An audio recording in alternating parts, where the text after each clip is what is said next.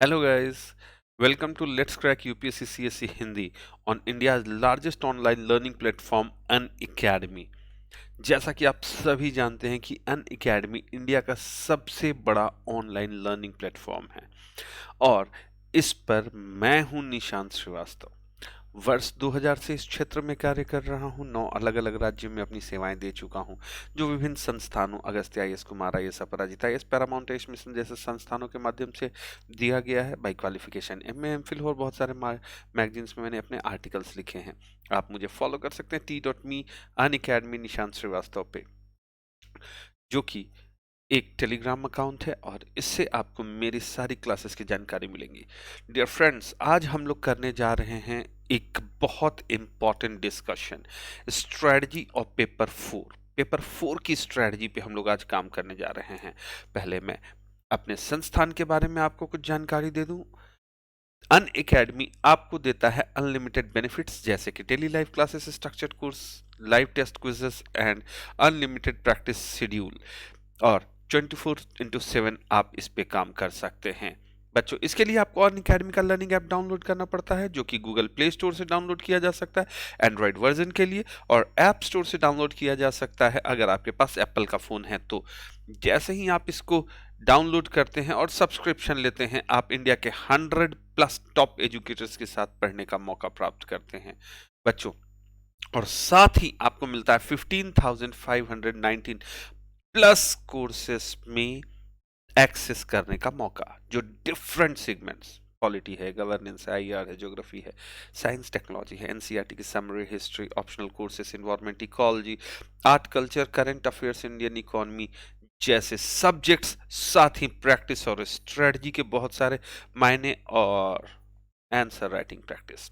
और बच्चों, सब्सक्रिप्शन लेते समय मेरे कोड निशांत1 का यूज करना मत भूलिएगा, जिससे कि आपको 10% डायरेक्ट ऑफ मिल सके and you can directly get 10% of. बच्चों, अन अकेडमी 2 तरह के सब्सक्रिप्शन फैसिलिटी देता है।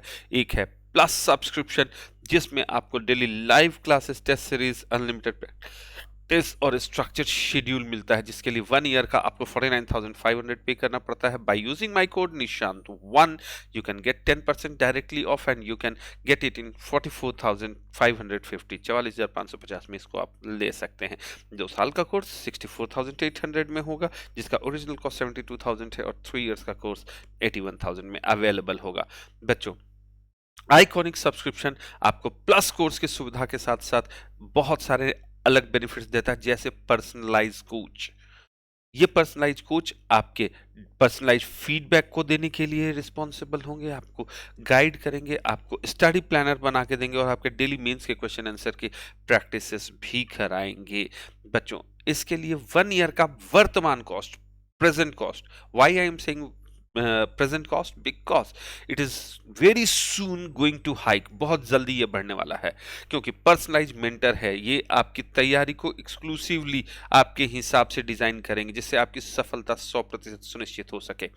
और 69,500 की फीस है, जो कि आप 62,550 में ले सकते हैं मेरे कोड का यूज कर करके। 1,07,000 2 इयर्स का 96,300 में, और 3 इयर्स का कोर्स 126,900 में। इसके लिए आपको मेरे कोड निशांत1 का यूज करना पड़ेगा।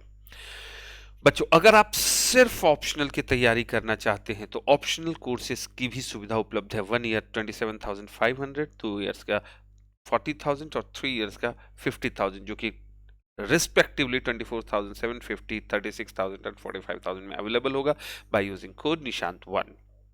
बच्चों, कॉम्बैट सीरीज ये अन अकेडमी द्वारा लॉन्च किया गया एक क्विज प्रोग्राम है, जिसमें हर फोर्टनाइट को आपसे आपकी प्रिपरेशन से रिलेटेड टेस्ट्स लिए जाते हैं विद एक्साइटिंग प्राइजेस।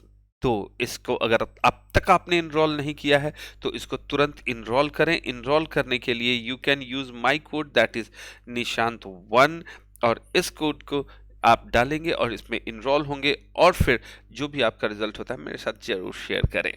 बच्चों, अब एक सूचना जो कि आपको पता है, और वो है ओनली 6 मंथ्स लेफ्ट।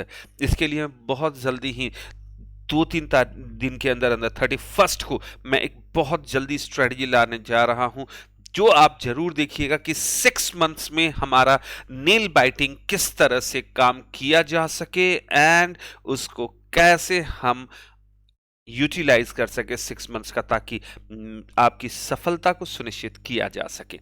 अब सिर्फ 6 मंथ्स है और जून 27 को हमारा प्रिलिमिनरी का पेपर है।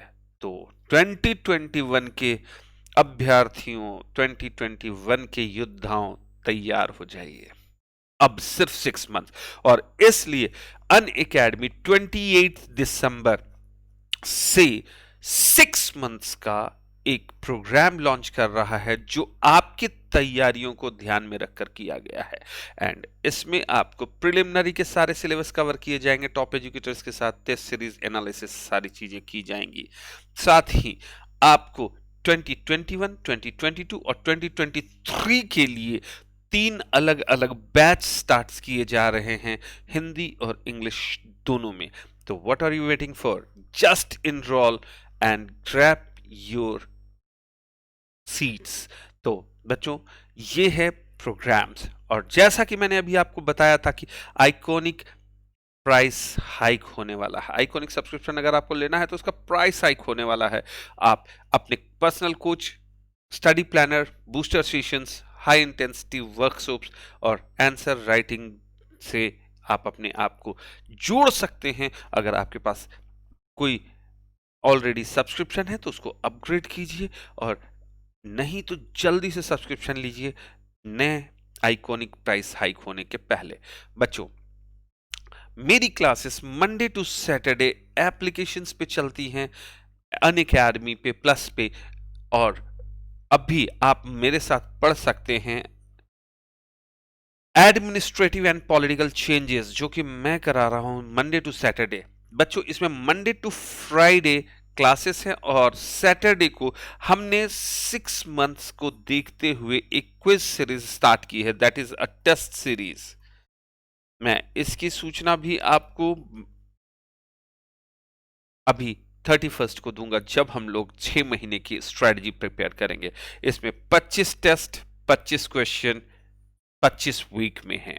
तो बच्चों, what are you waiting for? आपको जरूर से जल्द अपने आप को इनरोल करें, सारी चीजों को जानें और क्वेश्चंस और सारे प्रैक्टिसेस करें। बच्चों, आप मेरे YouTube सेशंस को देख सकते हैं let's crack UPSC CSE Hindi पे, मंडे, वेडनेसडे, थर्सडे, फ्राइडे को 7 बजे शाम में, और ऑप्शनल चैनल पे फिलॉसफी में पढ़ा रहा हूं, जो कि ट्यूसडे एंड सैटरडे 7 PM पे है। क्वेस्ट चैनल पे सैटरडे को आप 5:30 में मेरे साथ टेस्ट दे सकते हैं, जो कि एवरी सैटरडे डिजाइन होता है। बच्चों, अब हम लोग कुछ नई चीजों को देखने जा रहे हैं, जो नई चीजें मैं आपके साथ शेयर करने जा रहा हूं। बच्चों, जैसा कि आप सभी जानते हैं कि अब हमारे पास में समय का बहुत अभाव है, और अभी मैं एक मेजर पेपर की बात कर रहा हूं, जो मेजर पेपर आपको तैयार कराने वाला है एक अच्छे मार्क्स, क्योंकि ये प्योर एंड प्योर आपका ऑब्जर्वेशन है, प्योर एंड प्योर आपका व्यक्तित्व है, दैट इज योर पर्सनैलिटी। मैं 2 लाइन्स कहता हूं, वो लाइन्स आपको शायद इस पे सूट करेगा, आप इसको समझ सकेंगे। जो 2 लाइन्स मैं आपको बताना चाहता हूं, कहते हैं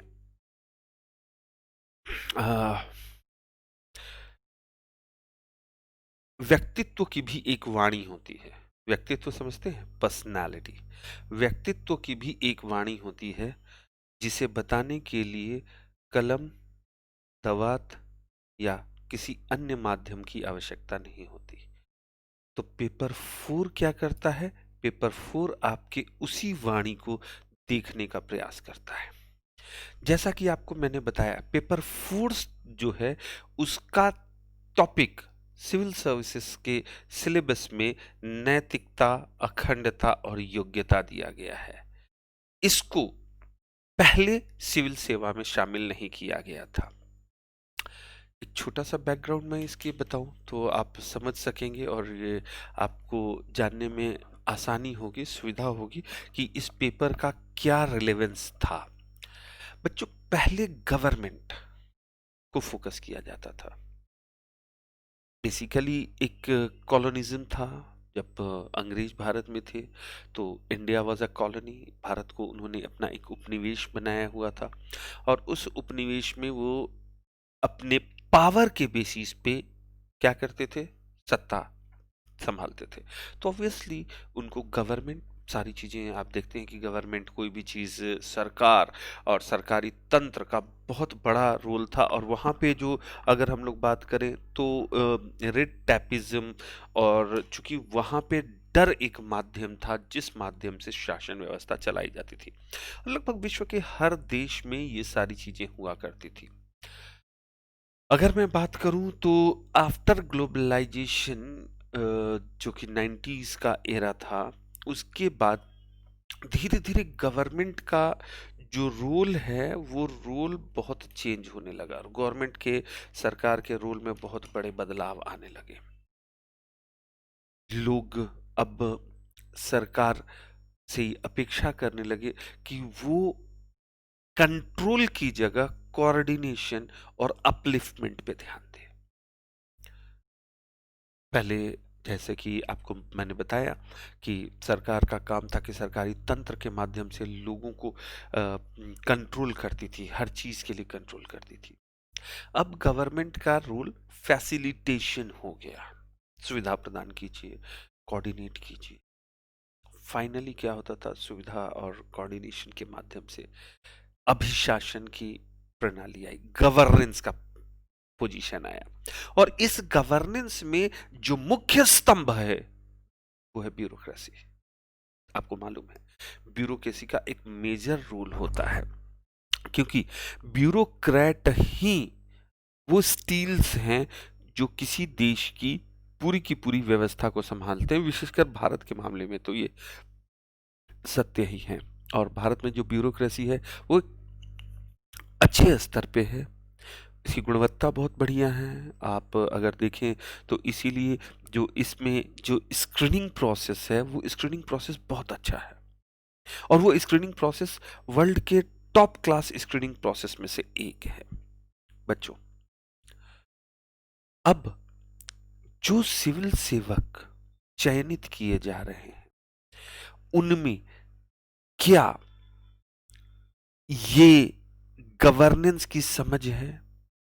क्या उनके व्यक्तित्व में ये चीजें हैं जो कि कंट्रोल की जगह कोऑर्डिनेशन और फैसिलिटेशन पे काम करें? इसी चीज को ध्यान में रखते हुए वर्ष 2013 से मुख्य परीक्षा में एक बदलाव किया जाता है। इससे पहले पेपर 4 और एथिक्स का कोई पोर्शन नहीं हुआ करता था। मुख्य परीक्षा और पाठ्यक्रम में एक बहुत बड़ा बदलाव किया जाता है और उस बदलाव के अंतर्गत एथिक्स को कोर्स में शामिल किया गया। बेसिकली अगर हम लोग देखें तो इस एथिक्स को शामिल करने के पीछे उद्देश्य ये था, मंशा ये थी कि यूपीएससी ये परीक्षण जो संस्था है, जो आप जो भावी सिविल सेवकों का चयन करती है, वो इस तरह से परीक्षण करना चाह रही थी कि जो ब्यूरोक्रेट्स, भावी ब्यूरोक्रेट्स चुने जा रहे हैं, क्या उनके व्यक्तित्व में ठहराव है, नैतिकता है, क्या वो सार्वजनिक जीवन के प्रति ईमानदार हैं, क्या वो जितने भी समाज की समस्याएं हैं उनको समझते हैं, क्या उनके सॉल्यूशंस को देने के लिए वो तत्पर हैं। इसीलिए आप देखते हैं कि ये जो पेपर 4 है इसमें कुछ केस स्टडीज बताई गई हैं। और केस स्टडीज जो है वो केस स्टडीज कई बारी जब शुरू शुरू में आया था इस सिलेबस में, तो कई बारी बच्चे केस स्टडीज को लेकर के, और सारे लोग, मतलब एक अलग सा वातावरण बना हुआ था। लोगों को लग रहा था ये केस स्टडीज क्या है, क्या कोई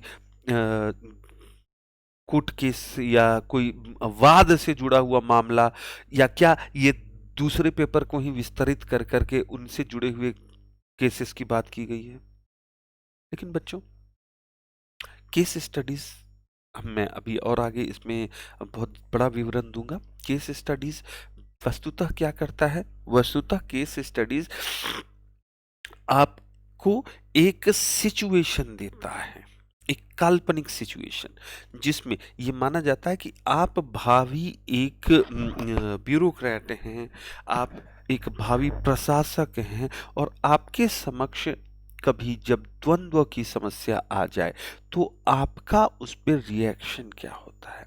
आप उस परिस्थिति को कैसे हैंडल करते हैं? आपको उस परिस्थिति का सामना करने दिया जाता है तो आप कैसे रिएक्ट करेंगे? यही उद्देश्य पूरे के पूरे पेपर 4 का है।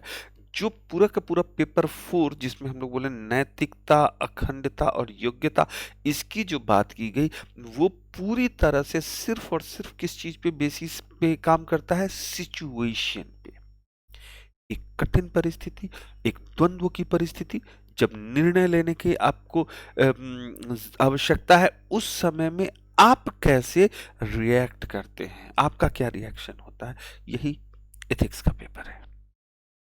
अब अगर हम लोग बात करें तो इसमें मैंने बताया कि इसमें जो समाज से जुड़ रहे परेशानियां हैं, आप चूँकि ब्यूरोक्रेट्स हैं, तो आप ही को उन सारी परेशानियों को देखना होगा, सारी चीज़ों को देखना होगा। हेल्थ से रिलेटेड कई बार दे दिया जाता है प्रश्न कि भाई आप कहीं ऐसे विभाग में पोस्टेड हैं जहाँ पे आपको हेल्थ प्रोग्राम्स को लॉन्च करना है, उस समय आप अवेयरनेस कैसे फैलाएँगे? आपको अवेयरनेस फैलाने के लिए क्या करना चाहिए? कैसे अगर हम लोग बोले तो जो सरकारी अधिकारी हैं उनके प्रति जो वहाँ के लोग हैं उनका रवैया अच्छा नहीं है, उनके मन में एक अलग से दुर्भावना कहना सही नहीं होगा, मतलब कि एक निगेटिविटी सी फैली हुई है कि जो सरकारी अधिकारी होते हैं वो भ्रष्ट होते हैं, ये भी लेकर के आए हैं तो हमारे लिए कुछ न कुछ इसमें फ़ायदा कम नुकसान ज़्यादा होगा। तो ऐसी दशा में आप वहाँ के लोगों को कैसे समझाएँगे? कैसे उनमें पॉजिटिविटी लाएँगे? कैसे उनको पॉजिटिव करेंगे? बच्चों, अभी वर्ष 2020 अभी तो खत्म नहीं हुआ है, चल रहा है। वर्तमान अभी तो ये ऑनगोइंग है।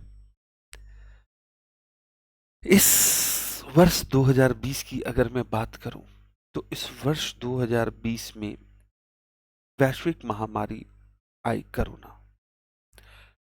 कोरोना ने ब्यूरोक्रेसी के रोल को बहुत अ, अगर मैं बात करूं तो अलग डायमेंशन दिया। लोग अभी तक प्रशासन को सिर्फ एक ऐसा माध्यम समझते थे जो कि लोगों के जनजीवन में बहुत हस्तक्षेप कर रहा है। उस प्रशासन ने बहुत बड़ी भूमिका निभाई, बहुत बड़ी भूमिका, और इस वैश्विक महामारी में भारत को एक सबलता प्रदान की, जिससे नुकसान तो होना ही था, वैश्विक महामारी है, लेकिन दुनिया की अपेक्षा ये कम हुआ। इसका मुख्य जो अगर मैं बात करूं श्रेय, तो उन लोगों को जाता है जो प्रशासन से जुड़े हुए हैं, जो स्वास्थ्य से जुड़े हुए हैं। उन्होंने, क्योंकि ये एक ऐसी बीमारी थी, इतने बड़े वर्ल्ड का दूसरा बड़ा जनसंख्या वाला देश है हमारा देश, हमारा भारत, और इसमें अवेयरनेस फैलाना, लोगों को स्वास्थ्य के प्रति जागरूक करना। आज आप देखें, आज अगर कहीं भी आप छोटे से छोटी जगह में भी जाएंगे तो लोग मास्क लगाना नहीं भूलते। आप छोटी से छोटी जगह में जाएंगे, लोग सैनिटाइजर ले जाना नहीं भूलते।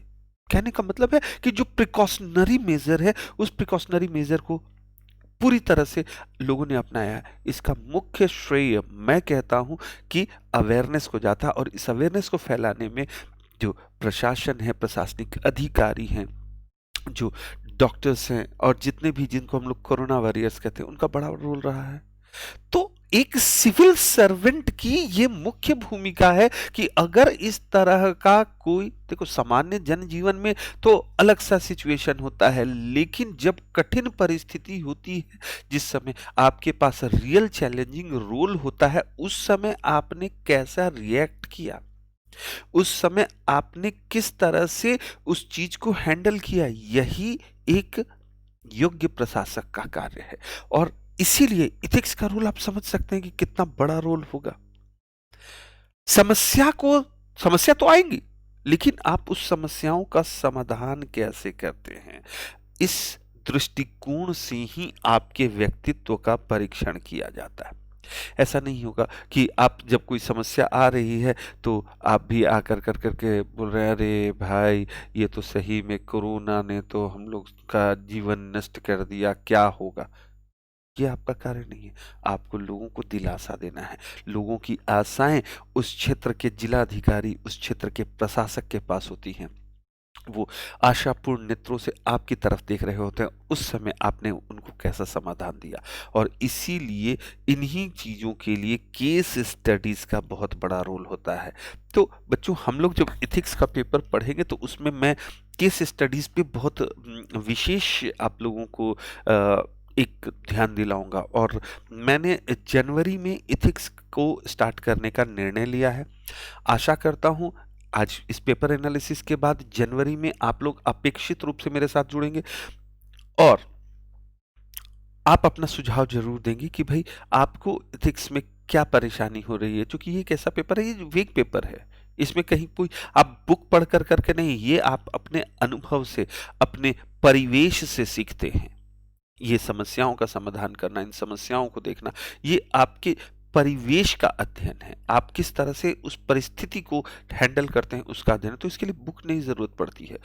लेकिन ये अगर आपने सही से परीक्षण किया तो आपके पास में अंकों की कोई कमी नहीं रहेगी। ये चौथा पेपर आपको बहुत अच्छे अंक दिला सकता है। ठीक है? तो मैंने इसीलिए निर्णय लिया है कि जनवरी में, फरवरी के मिड तक मैं आप लोगों के एथिक्स के कम से कम आधे पाठ्यक्रम को समाप्त कर दूं।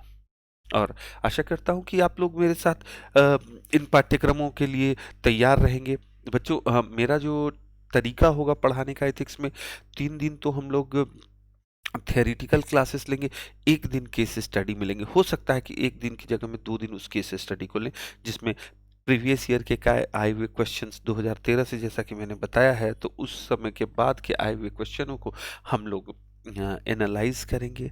हम लोग आंसर्स के फॉर्मेट्स देखेंगे कि किस तरह से इस आंसर के फॉर्मेट्स को किया जाना चाहिए, किस स्टडीज़ में क्या किया जाना चाहिए। हालांकि आंसर का फॉर्मेटिंग मैं ऐप पे कराने की कोशिश करूंगा। इस पे हम लोग थियोरेटिकल क्लासेस करेंगे और ऐप पे हम लोग वंस इन अ वीक करने जाएंगे आंसर की कैसे प्रैक्टिस करें। आशा करता हूं कि आप लोगों का स्नेह उसी प्रकार मिला रहेगा जिस तरह से आप लोग मेरे इस क्लासेस में जुड़े रहते हैं। बच्चों, इस पेपर की अगर हम लोग बात करें, जिस पेपर के एनालिसिस के लिए मैंने बोला पेपर 2 का, तो इस पेपर 2 को 2 खंडों में बांटा गया है। 2 पार्ट्स हैं इसके, पार्ट 1 और पार्ट 2, जिसको सेक्शन 1 और सेक्शन 2 कहते हैं। 250 अंकों का पेपर होता है। आपको जैसा कि पता है कि जीएस का जो भी पेपर होता है वो 250 अंकों का पेपर होता है। तो 250 अंकों का अगर कोई पेपर होता है तो इस 250 अंक के पेपर में 2 पार्ट है, तो फिर 125 अंक और 125 अंक के होंगे। ये जो 125 अंक हैं जो अनुभाग 1 या सेक्शन ए में हैं, उसमें प्रिंसिपल्स यानी सिद्धांत की बात की गई है।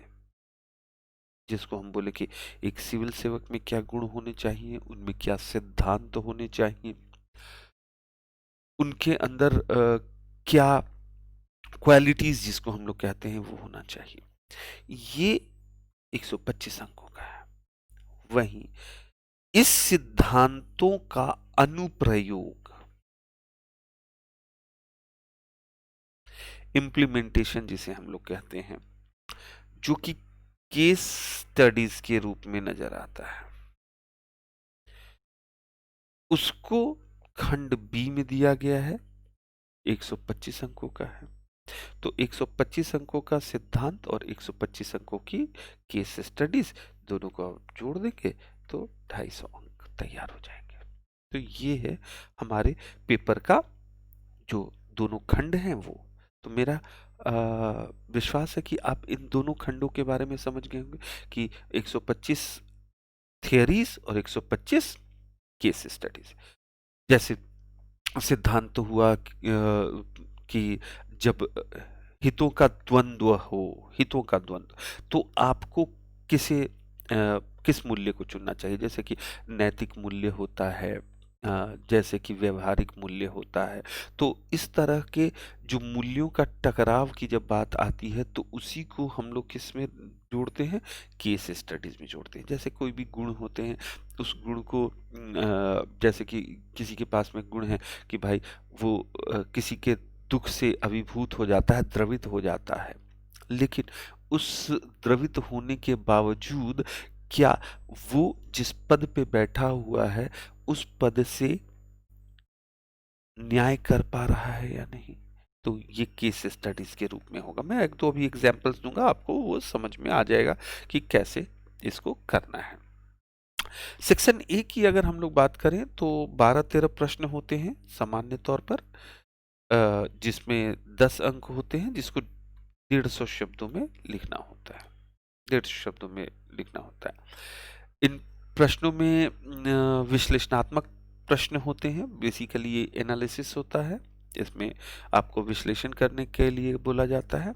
हालांकि कई बार सैद्धांतिक थ्योरेटिकल भी प्रश्न होते हैं, प्रिंसिपल बेस्ड भी क्वेश्चन होते हैं, लेकिन विश्लेषण एक महत्वपूर्ण, अगर मैं बात करूं तो इसका आयाम है, महत्वपूर्ण आयाम विश्लेषणात्मक है।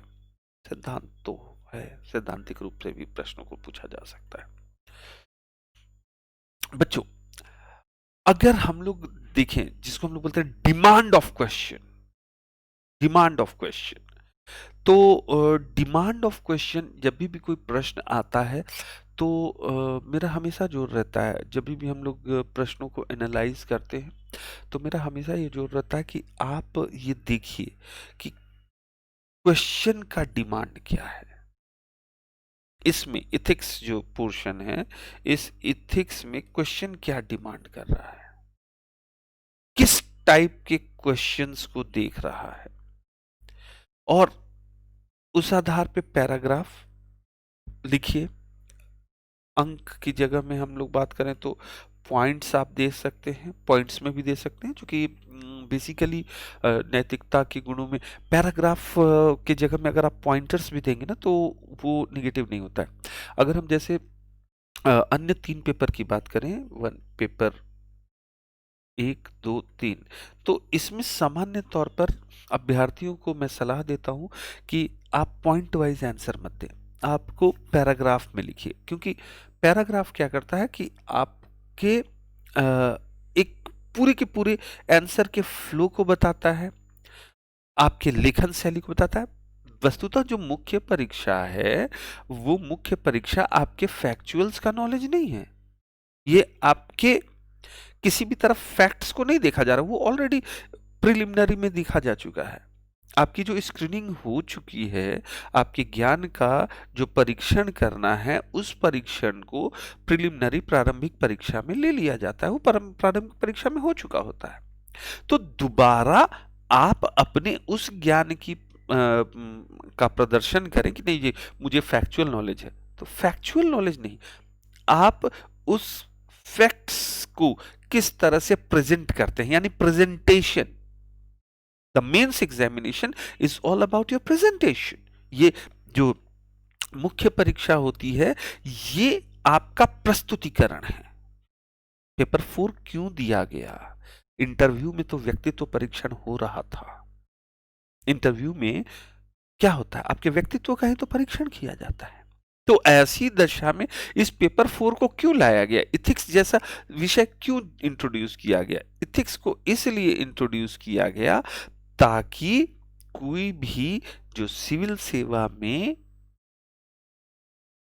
सेवक बनेंगे, उनका नैतिक मूल्य कैसा है, उनको किस तरह से सिचुएशंस को हैंडल करना है, ये उनके फ्लो को देखना।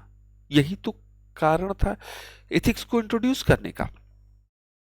तो बाकी जो 3 पेपर हैं, इसमें आप विश्लेषण करें, और इसमें आपको पॉइंट्स में लिखने की आवश्यकता नहीं है। मेरा यह अनुभव कहता है कि पेपर 1 टू 3 में आप पॉइंट पे आंसर्स न लिखें। उसी प्रकार एथिक्स में भी जो केस स्टडी का पार्ट है, उस केस स्टडी के पार्ट में आप पॉइंट्स में लिखने से बचें। हालांकि अगर हम नैतिक मूल्यों की बात करते हैं, जैसा कि 2 खंडों की बात की थी मैंने, इस खंड में जो पहला खंड होता है, इस खंड में आप क्या कर सकते हैं, आप पॉइंट्स में आंसर लिख सकते हैं। पॉइंट्स में बता सकते हैं कि किसी में क्या गुण होना चाहिए। तो भाई वो जो व्यक्ति होता है उसमें करुणा का भाव होना चाहिए, उस व्यक्ति में प्रति उत्पन्न मतित्व होना चाहिए, उस व्यक्ति में धैर्य होना चाहिए, ठहराव होना चाहिए। तो ये सब पॉइंट्स दे सकते हैं। लेकिन जब आप केस स्टडीज करें और कोई भी आप विश्लेषणात्मक कोई चीजों को करें, तो पैराग्राफ एक मेजर चीज होती है। अब हम लोग किस तरह से उत्तर लिखे, एक जिसको हम लोग बोलते हैं मॉडल आंसर कैसे लिखे। तो इस मॉडल आंसर की अगर मैं बात करूं और एक कॉम्पैक्ट आंसर की बात करूं, पूर्ण उत्तर की, तो उसमें आपको कुछ चीजों को शामिल करना पड़ता है। सबसे पहला पार्ट इंट्रोडक्शन। देखो बच्चों, किसी भी प्रश्न का किसी भी प्रश्न का जब आप विश्लेषण करते हैं, जब आप उत्तर लिखते हैं, तो उसमें एक सबसे जो महत्वपूर्ण चीज आती है, जो सबसे महत्वपूर्ण मैं बोलूं आयाम होता है, वो होता है इंट्रोडक्शन, स्टार्ट और एंड। अगर ये दोनों कॉम्पैक्ट है ना, और स्टार्ट आपने ऐसा किया जिसमें आपके उत्तर का प्रारूप हो, तो फिर वो सबसे बेस्ट माना जाता है। जैसे अगर मैं बात करूं कि एक सिविल सेवक में क्या गुण होने चाहिए, तो इसको सीधा सीधा पूछा गया है, तो आप सीधा लिखेंगे एक सिविल सेवक का के गुणों में धैर्य, समस्याओं को समाधित करने, लोगों के जो परेशानियां हैं, उस परेशानियों को समझ करके उपलब्ध संसाधनों द्वारा उसे समाधान देने की मुख्य योग्यता होनी चाहिए। इसमें आपने क्या किया, उसका करुणा, उसका धैर्य और ये सारी चीजें कर दी। तो यानी फर्स्ट जो इंट्रोडक्शन पार्ट है, उसी ने बता दिया कि हम आंसर को कैसे लेकर के जाएंगे। अब हम पैराग्राफ वाइज उसको चेंज करते जाएंगे कि भाई धैर्य होना चाहिए, कि किसी भी परिस्थिति में, चाहे उसके समक्ष कोई भी परिस्थिति है, वो किसी भी तरह से उस परिस्थितियों को ध्यानपूर्वक समझ सके। वो एक ऑफिसर के रूप में नहीं, बल्कि वो एक सेवक के रूप में, चूंकि सिविल सेवक है, वो सिविल ऑफिसर नहीं होता। तो सिविल सेवक के रूप में जनता की सेवा कैसे कर पा रहा है, उसके पास जो बाध्यताएं हैं, उन बाध्यताओं को समझते हुए कैसे कर पा रहा है। तो इन सब चीजों को ही इंट्रोड्यूस करना है, और ये स्टार्टिंग होना चाहिए, और जो कि 2 से 3 लाइन। क्या करते हैं बच्चे इसमें बैलेंस नहीं बना पाते, या तो इंट्रोडक्शन को ही 1-2 पैराग्राफ दे देंगे, भाई 150 वर्ड्स में देना है, 150 शब्दों में देना है, और उसमें आपने 100 शब्द केवल इंट्रोडक्शन में दे दिया, तो 50 शब्दों में आप क्या करेंगे। तो आपको क्या करना है, एक बैलेंस क्रिएट करना है, एक बैलेंस बनाना है। जो भी प्रश्न में कीवर्ड्स दिए जा रहे हैं, उन कीवर्ड्स, परिभाषाओं, शब्दों की सीमाओं को लिखेंगे आप। पैराग्राफ में भी बॉडी जो है, मैंने जैसा कि बताया कि अगर आपको फर्स्ट पार्ट है तो उसमें पैराग्राफ पॉइंट्स में दे दीजिए। कई बारी क्या होता है कि कुछ विचारकों को कोट किया जाता है कि भाई ये जो विचारक हैं, इन्होंने ये कहा। इवन अगर हम लोग देखें, एक और चीज बच्चों में इसमें आप लोग को बताऊं, कभी भी जब आप तैयारी कर रहे होते हैं, और जब आप अ, किसी अच्छे से परीक्षा या जीवन की भी मैं बात करूं, तो कभी भी आपको पता होना चाहिए कि उसकी विषय वस्तु क्या है। तो जैसे आप तैयारी कर रहे हैं, तो सबसे पहले आपको पूरे सिलेबस को माइंड में सेट रखना पड़ेगा। कई बारी जो उत्तर होता है ना, उसी थियरीज से ही उत्तर निकल जाता है। जो थियरीज होती हैं, जो पाठ्यक्रम में शब्द होते हैं, उन्हीं शब्दों से उत्तर निकल जाता है। आप पाठ्यक्रम में देखेंगे कि एक सिविल सेवक की क्या डिमांड है, क्या उसमें पूछा जा रहा है, उसी से आप निकाल लेंगे। ये बड़ा इंपॉर्टेंट सिनेरियो है। अगर आप देखेंगे तो इस थियरीज में, इसीलिए जो हम लोग सबसे पहले इंट्रोडक्शन के बाद बॉडी पार्ट आते हैं, और उसमें जब हम कुछ नए शब्द, वहां पे वो शब्द नहीं मिल पा रहे, तो ऐसी दशा में जो पाठ्यक्रम में उल्लिखित शब्द हैं, उन शब्दों से आप उसको कनेक्ट करने की बात करें कि भाई ये ईमानदारी का गुण होना चाहिए। किसी भी सिविल सेवक में ये हम लोग अपेक्षा करते हैं। तो ईमानदारी का मतलब ये नहीं कि भाई ऑनेस्ट है, कि भाई हाँ, वो किसी के भी 2 रुपए नहीं रखते हैं इसलिए वो ऑनेस्ट है। ये तो आपका व्यवहारिक पक्ष है। ये आपका व्यक्तित्व का पक्ष है। लेकिन व्यवहारिक पक्ष में आपको ईमानदारी का तात्पर्य क्या है? आप अपने कर्तव्यों के प्रति ईमानदार हैं। कहीं किसी को आवश्यकता है, जब आप अपनी ड्यूटी पे हैं, तो आप अपनी ड्यूटी को ईमानदारी पूर्वक निभा रहे हैं। आप अपने कर्तव्यों का ईमानदारी पूर्वक पालन कर रहे हैं। तो सिविल सेवक में कर्तव्यों के प्रति ईमानदारी की बात की जा रही है। ईमानदारी व्यक्तित्व में तो होनी ही चाहिए, लेकिन उसके कर्तव्यों में भी ईमानदारी होनी चाहिए। ये चीज बहुत इंपॉर्टेंट है। ठीक है। इसके बाद जो फर्स्ट मैंने बताया कि ये कौन सा पार्ट होना चाहिए हमारे उत्तर को लिखन के समय में, सबसे पहले हमें किस चीज पे ध्यान देना चाहिए? उसका इंट्रोडक्शन। दूसरा ध्यान दिया जाना चाहिए उसकी बॉडी क्या है। तीसरा ध्यान दिया जाना चाहिए उसकी थियरीज, कोई थियरी, विचारक, पाठ्यक्रम में शब्द, ये। चौथा, उसमें एग्जाम्पल्स देने चाहिए, उदाहरण देने चाहिए। हालांकि कई प्रश्नों में लिखा हुआ होता है कि आपको उदाहरण दीजिए।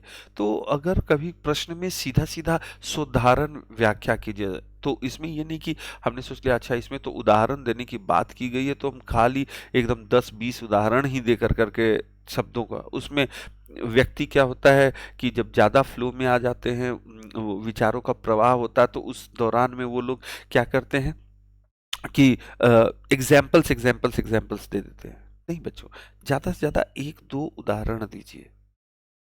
और एथिक्स, मैंने बताया ना कि ये एक ऐसा पेपर है जिसमें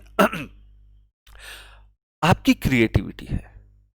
आप क्रिएटिव कैसे होते हैं? तो आप कुछ डायग्राम्स बना सकते हैं, कुछ चित्र बना सकते हैं, और ऐसे चित्र बनाइए जिसमें कि वो फ्लो कवर अप हो जाए।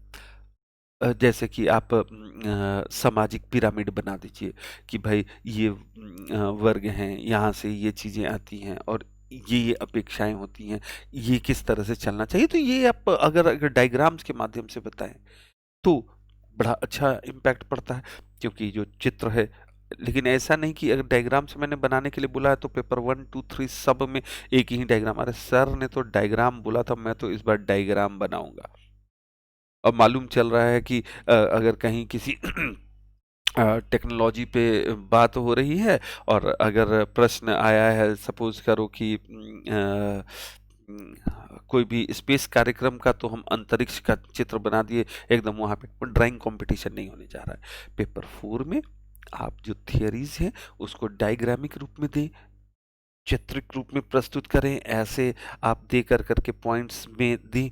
तो ये सब क्या होता है, ये पता चलता है आपकी जो सोच है, आपकी कॉम्पैक्टिबिलिटी को बताता है। लेकिन ये सिर्फ पेपर 4 में ही करें, बार बार कह रहा हूँ।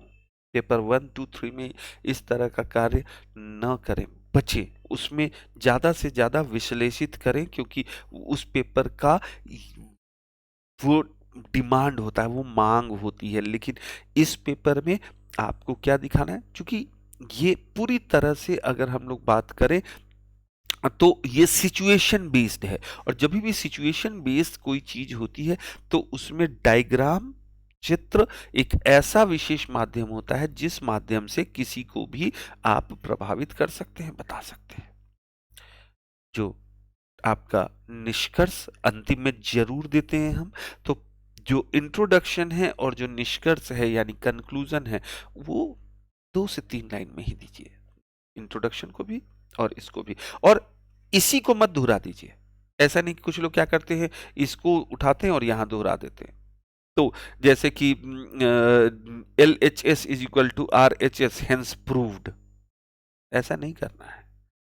होता है ना, जब हम लोग किसी मैथ्स में थियरम को, प्रमेय जिसको कहते हैं, उसको प्रूफ कर रहे होते हैं, तो लेफ्ट हैंड साइड में कुछ चीज़ों को करते हैं, फिर जो इज इक्वल टू के LHS हो गया और ये RHS हो गया, और हम लोग कहते हैं कि LHS इज इक्वल टू ये, RHS इज इक्वल टू ये, हेंस प्रूव्ड। तो ऐसा नहीं करें कि इंट्रोडक्शन इज दिस और conclusion is this, hence proved.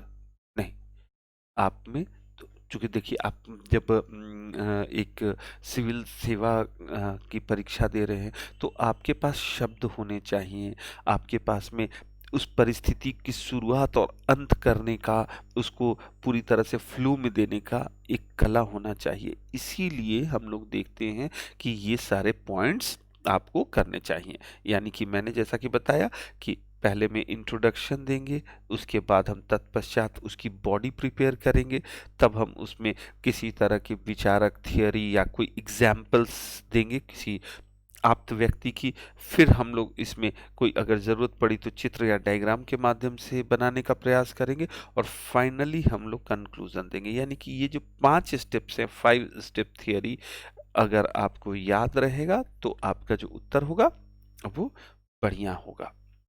बच्चों, केस स्टडी जो होती है, मैंने बताया, तो केस स्टडी में कोई निर्धारित उत्तर नहीं होगा।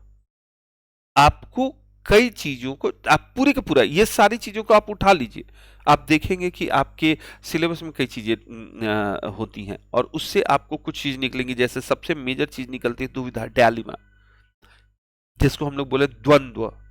ये द्वंद्व होता है लोगों के, एक कई बार परिस्थिति आ जाती है जिसमें आपको द्वंद्व की आवश्यकता होती है। कई बार इस द्वंद्व पे आपको कार्य करना पड़ता है। जैसे एक केस स्टडी की मैं बात करूं, आपको इससे समझ में आ जाएगा कि केस स्टडीज में किस तरह से प्रश्न दिए जाते हैं। तो एक बड़ा अच्छा सा ये प्रीवियस ईयर्स में पूछा गया था। कहा गया था कि अगर सपोज कीजिए आप कहीं पे प्रशासक हैं, 10वीं की परीक्षा चल रही है, कोरोना के प्री की बात कर रहा हूँ।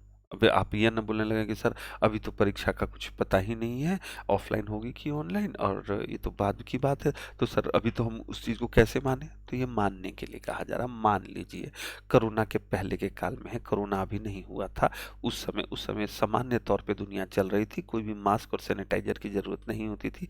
ऐसा नहीं कि गए तो सबसे पहले सैनिटाइज किए, वो बाद की बात थी।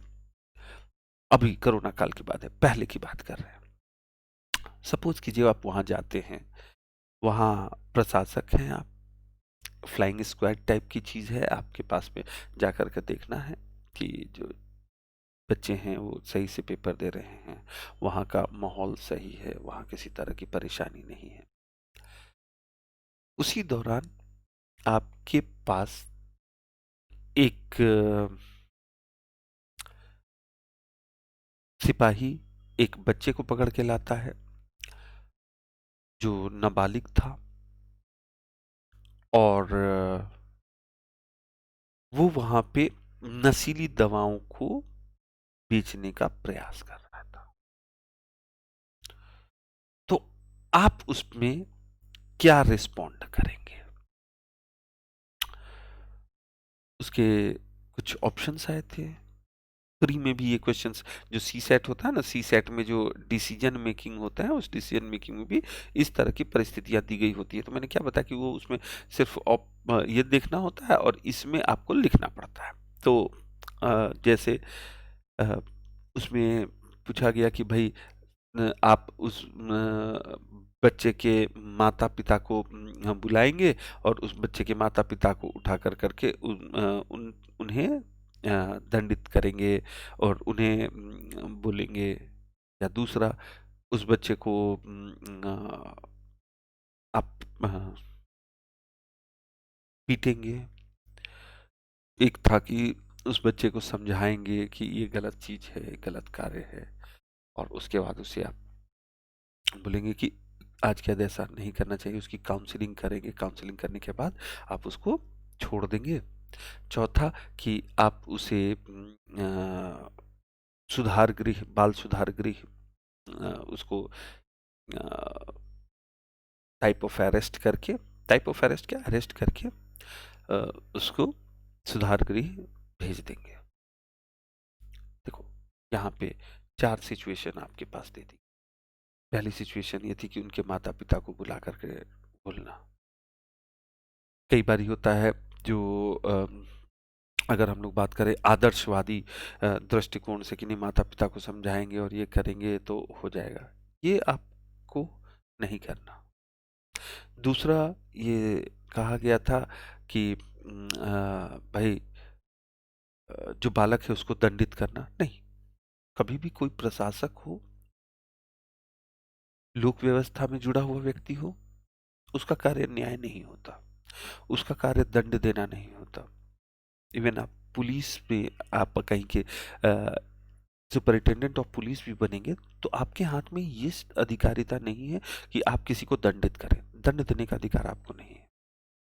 जो ऑफेंडर है, जिसने गलती की, जिसने कानून का उल्लंघन किया, आपका कर्तव्य है कि उसको पकड़ करके और आप न्यायालय के समक्ष उसको उपस्थित करा दें कि भाई इसने ऑफेंस किया। अब न्यायालय साक्ष्यों के आधार पर, परिस्थितियों के आधार पर उसका निर्णय लेगा।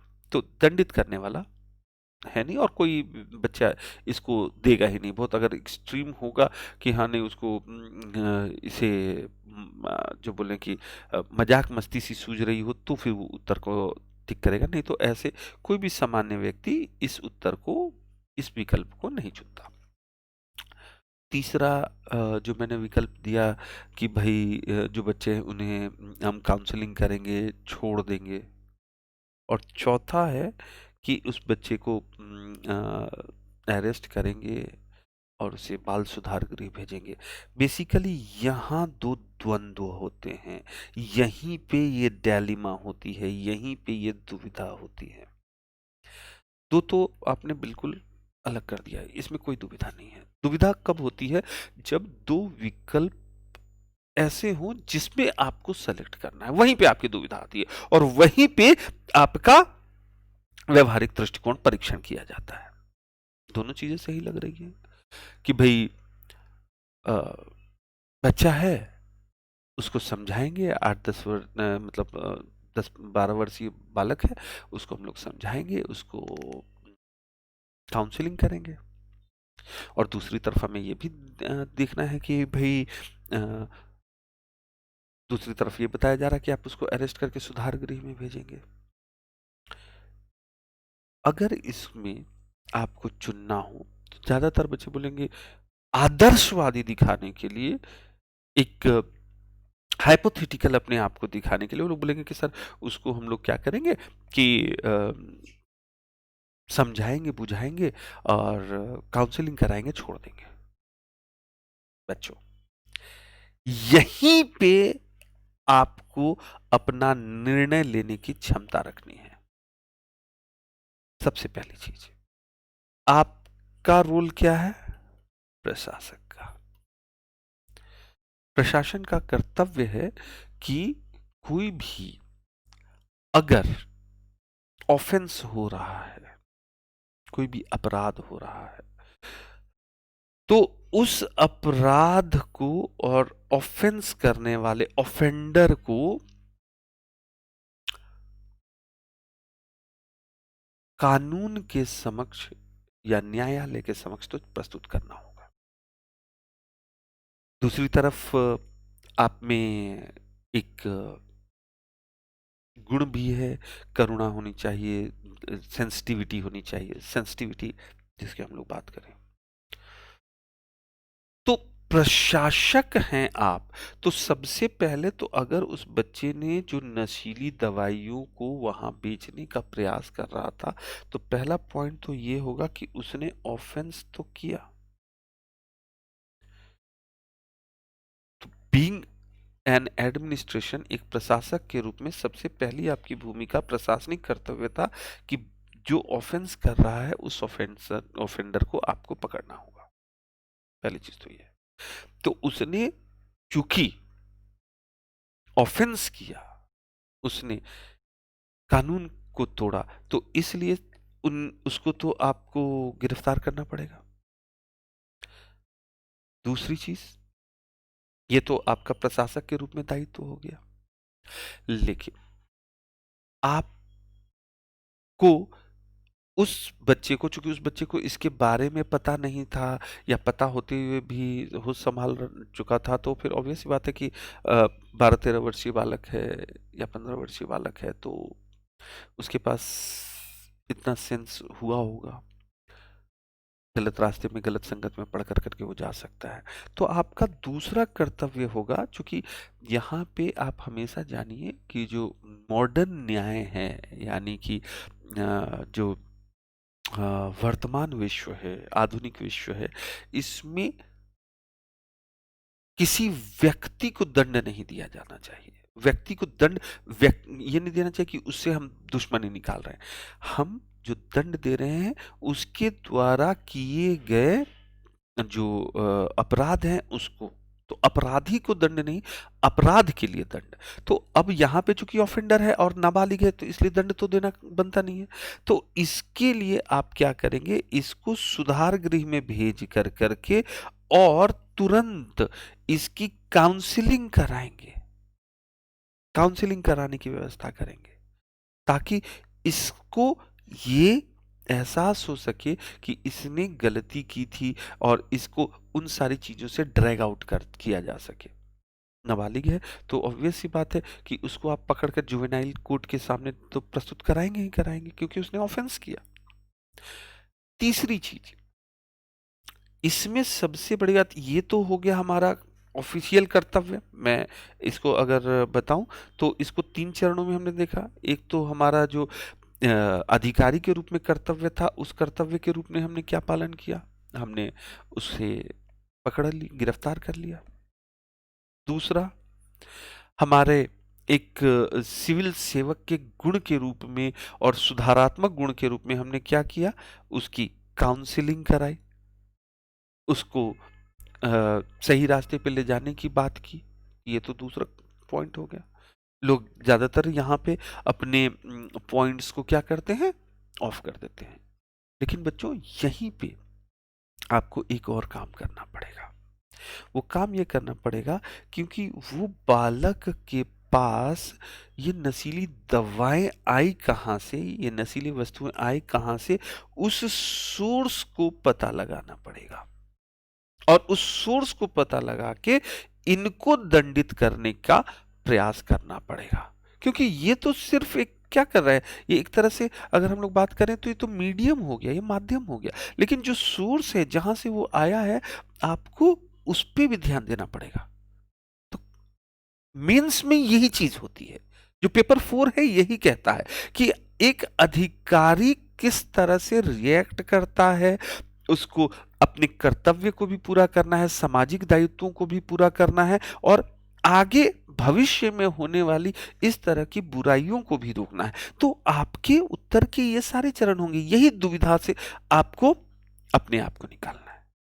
समझ रहे हैं? तो देखिए, ये paper 4 is all about your what, कि आप परिस्थिति जन्य चीजें कर रहे हैं, ये काल्पनिक है, एक कल्पना से बनाया हुआ है, पूरे का पूरा सारा फॉर्मेट कल्पना से बनाया हुआ है।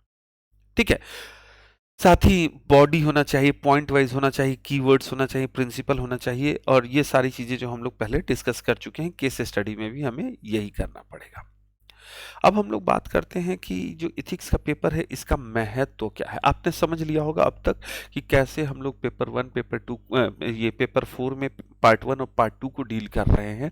अब हमें इस विषय का क्या महत्व है, इस विषय का अ, क्या रोल है आपके सफलता में क्या रोल है, इसको भी देखना होगा। बच्चों, इस पेपर में स्कोर करने की असीम संभावना है। इस पेपर में आपको अंक अधिकतम प्राप्त हो सकते हैं। और सबसे बड़ी बात, ये कोई थियरी, कोई सब्जेक्ट से नहीं, बल्कि आपके व्यक्तित्व से प्राप्त किया गया अंक है। ये जो अंक है, ये आपके व्यक्तित्व से प्राप्त किया गया अंक है। ये आपकी पर्सनैलिटी से प्राप्त किया हुआ अंक है। तो इसलिए इसका महत्व बढ़ जाता है। इसके लिए कोई भी आपको साइंस की थियरी नहीं पढ़नी, कोई न्यूटन का लॉ नहीं पढ़ना, कोई आइंस्टीन की थियरी नहीं पढ़नी। इसके लिए किसी भी तरह के संविधान को नहीं पढ़ना, किसी भी तरह के आर्टिकल्स को नहीं पढ़ना।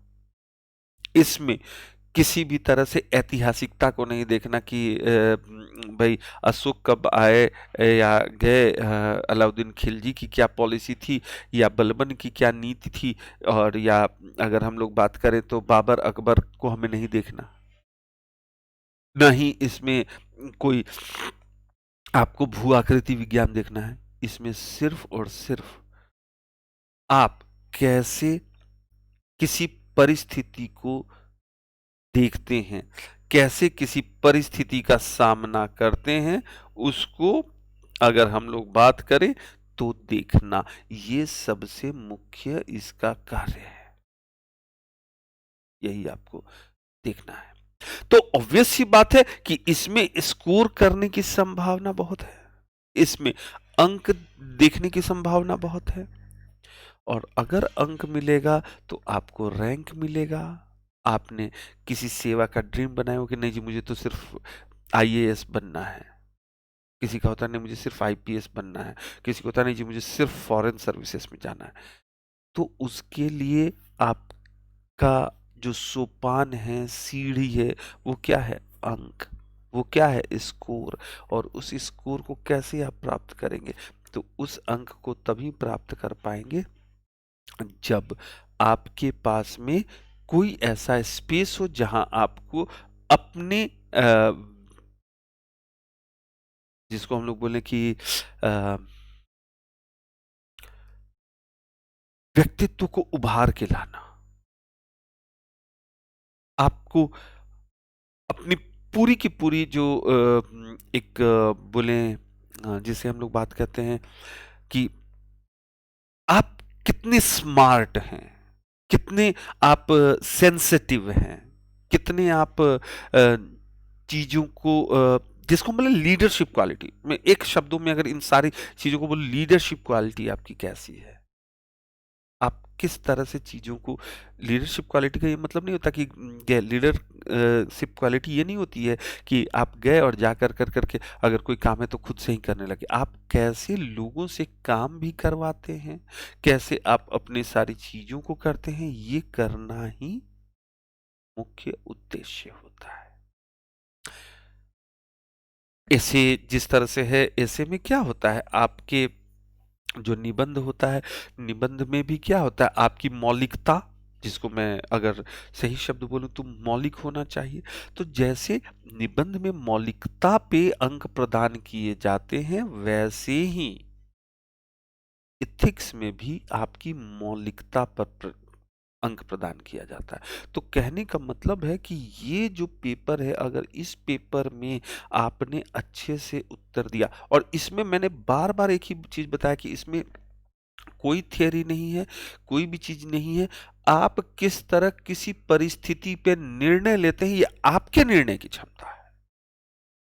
तो इसमें आपको सिर्फ क्या करना है, कई कुछ चीजों को आपको सीखना है, कोई चीजों को आपको जानना है, और उन सब चीजों को ही सीख कर करके एक बेहतरीन उत्तर दिया जा सकता है ना?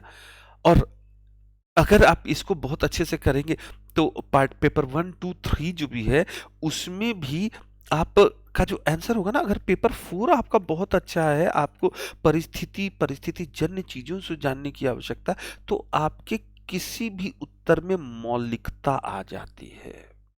यही पेपर 4 आपको मौलिक बनाता है, ओरिजिनैलिटी लाता है।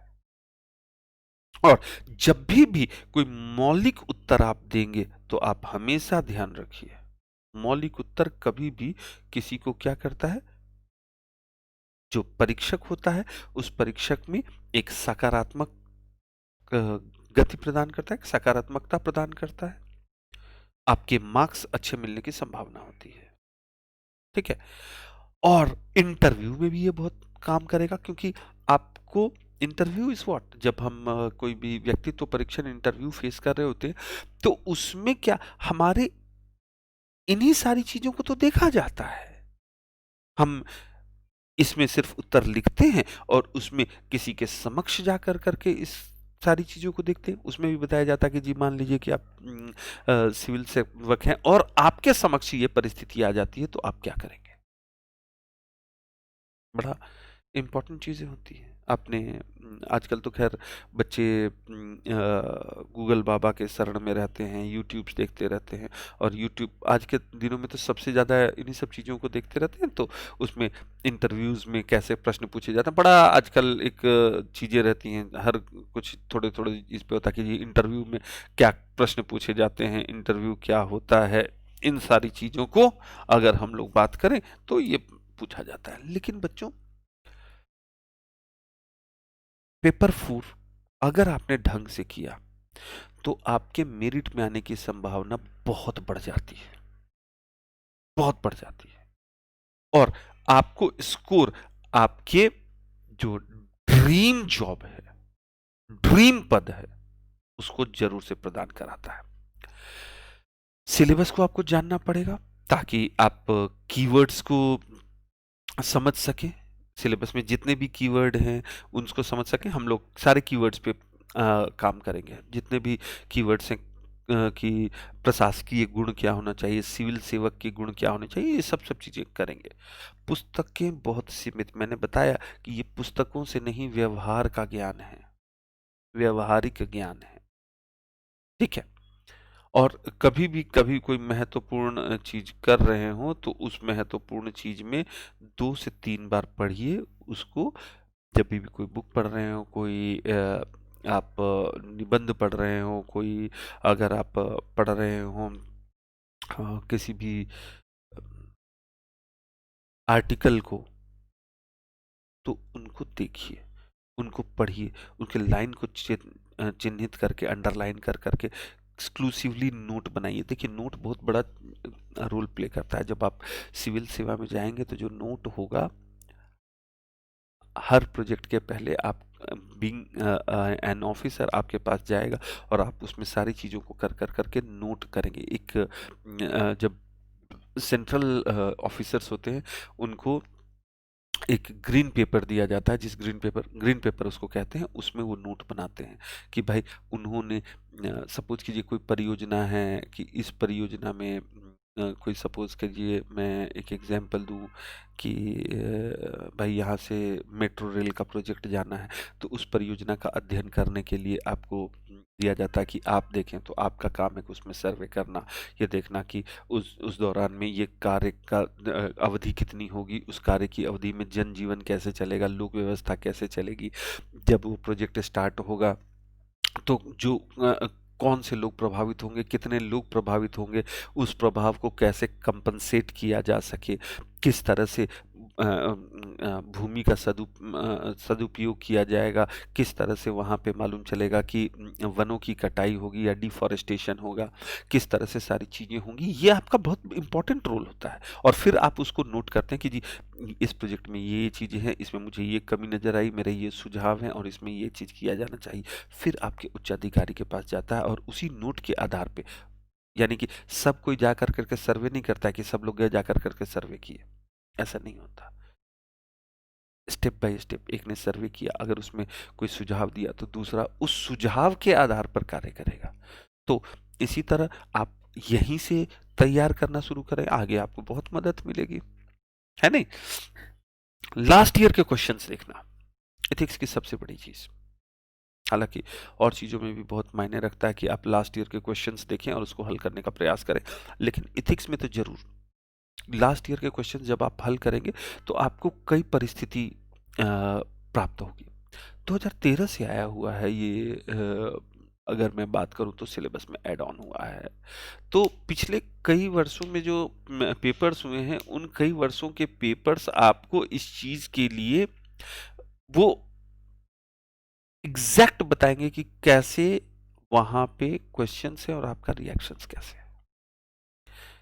कई कीवर्ड्स होते हैं जिस पे आपको ध्यान देने की होती है, पाप, सोशल जस्टिस, ये सब चीजों को आपको देंगे और इसको आप कीवर्ड्स में जरूर दें। उत्तर जब लिखें तो जरूर दें, ये बहुत जरूरी है क्योंकि सिविल सेवक हैं आप सामान्य व्यक्ति के जैसा नहीं।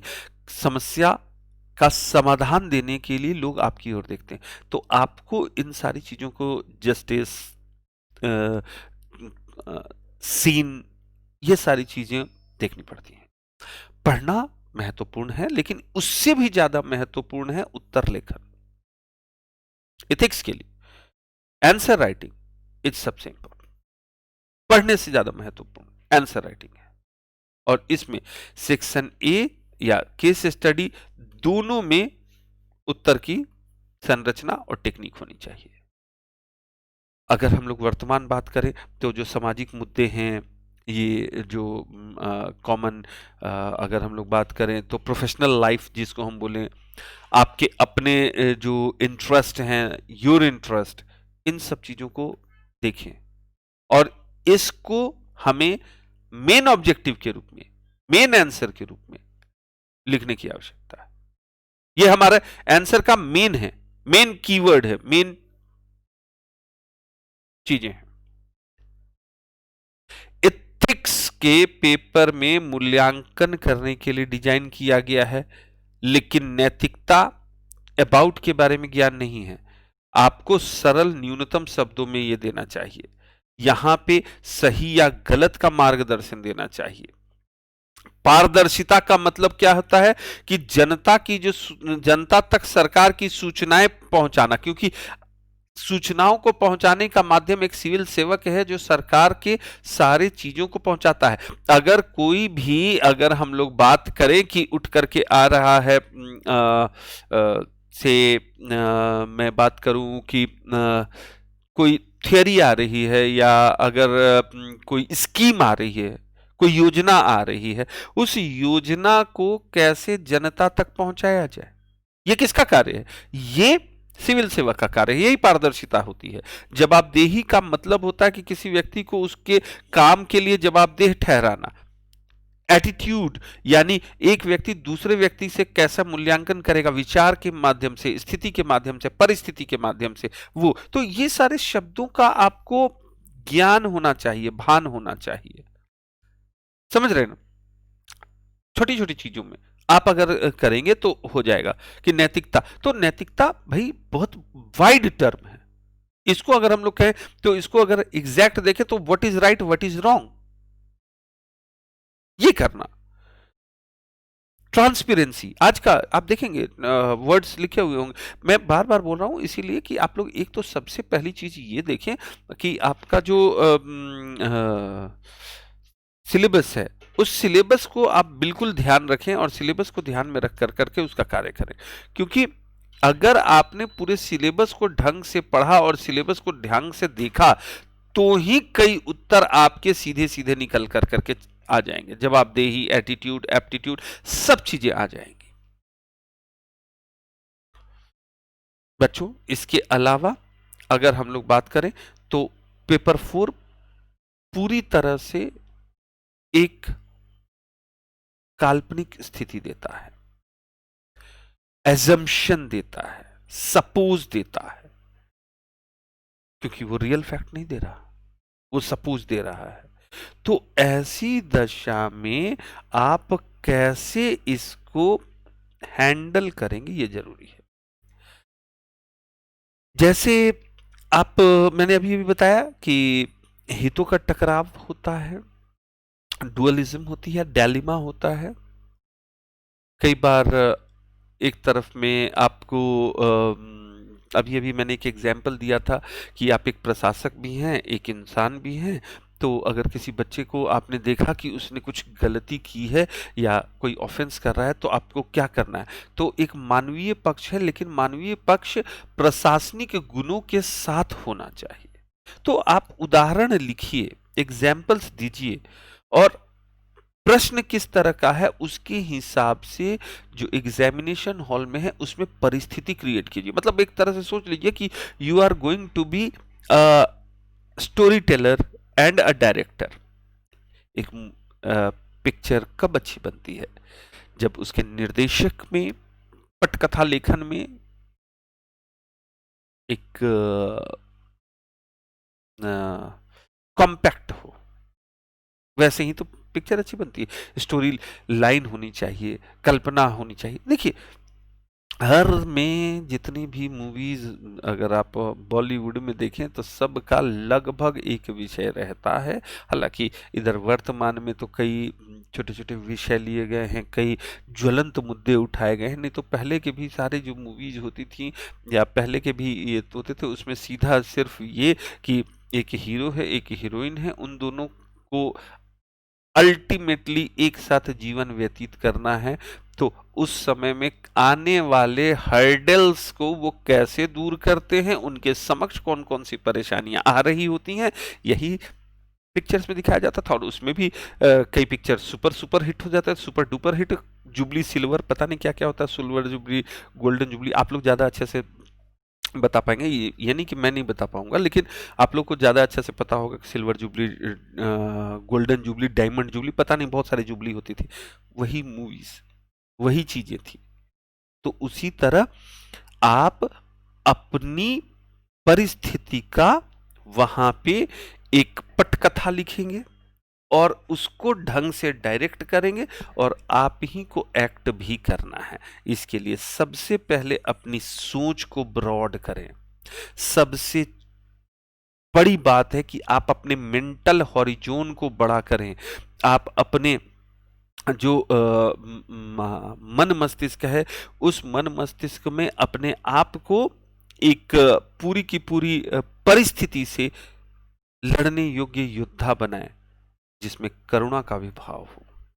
और सबसे चीज कि मैं बार बार बोल रहा हूं कि ये एक काल्पनिक परिदृश्य होता है, ये एक फेरी टेल होता है जो आपको करना है और उसका सही समाधान भी देना है।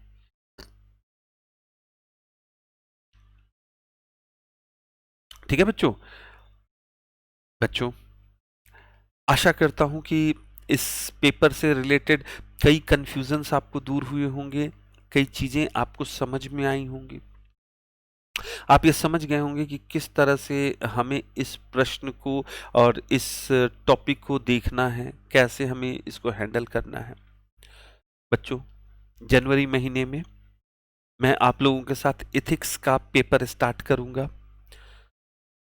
बार बार कह रहा हूं कि इस एथिक्स के पेपर को आप अपनी सफलता का एक सोपान बनाइए, सीढ़ी बनाइए, स्टेयर्स बनाइए, स्टेप बनाइए। और इसीलिए आप उन सारी कक्षाओं, मंडे, वेडनेसडे, थर्सडे, फ्राइडे, इन 4 दिन मेरी कक्षाएं जो चलती हैं 7 बजे शाम से, उसको जरूर अटेंड किया करें। आपको बहुत सारी चीजें पता चलेंगी। बच्चों, अगर आप मेरे इस क्लास को समझ पाए हैं और आपको ये अगर अच्छा लगा है, तो लाइक जरूर करें, ज्यादा से ज्यादा लोगों को शेयर करें, और बेल आइकॉन को प्रेस करके आप इसको सब्सक्राइब करें। आपको नोटिफिकेशंस आते रहेंगे। t.me/unacademy_निशांत श्रीवास्तव पे क्लिक करें, जिससे आपको मेरी सारी कक्षाओं के बारे में जानकारी मिल सके। और बच्चों, अगर आप मेरे साथ जुड़ना चाहते हैं और आंसर्स कैसे लिखे उसको देखना चाहते हैं, तो आप सब्सक्रिप्शन लें, और सब्सक्रिप्शन लेते समय मेरे कोड निशांत1 का प्रयोग जरूर करें। निशांत1 के प्रयोग करने से आपको 10% की त्वरित छूट मिलेगी और आपको मेरे साथ जुड़ने का मौका मिलेगा। बच्चों, सिविल सेवा में जो मैंने अनुभव प्राप्त किया है, इस अनुभव से आप अपनी सफलता को प्राप्त करें, ये मैं आशा करता हूँ। और इसलिए ज़रूर से जुड़िए, क्लासेस में रेगुलर रहिए, डेली क्लासेस कीजिए, क्योंकि स्लो नहीं, स्मार्ट एक्ट करें। होता है ना, slow and study wins the race, but यहाँ smart study wins the race, उसको करें। और मैं आपको कराऊंगा, ये आपको मैं भरोसा दिलाता हूँ। तो इसी के साथ ये क्लास समाप्त करते हैं। कल नए टॉपिक के साथ मिलते हैं। तब तक के लिए धन्यवाद। कल तक के लिए धन्यवाद। Thank you very much.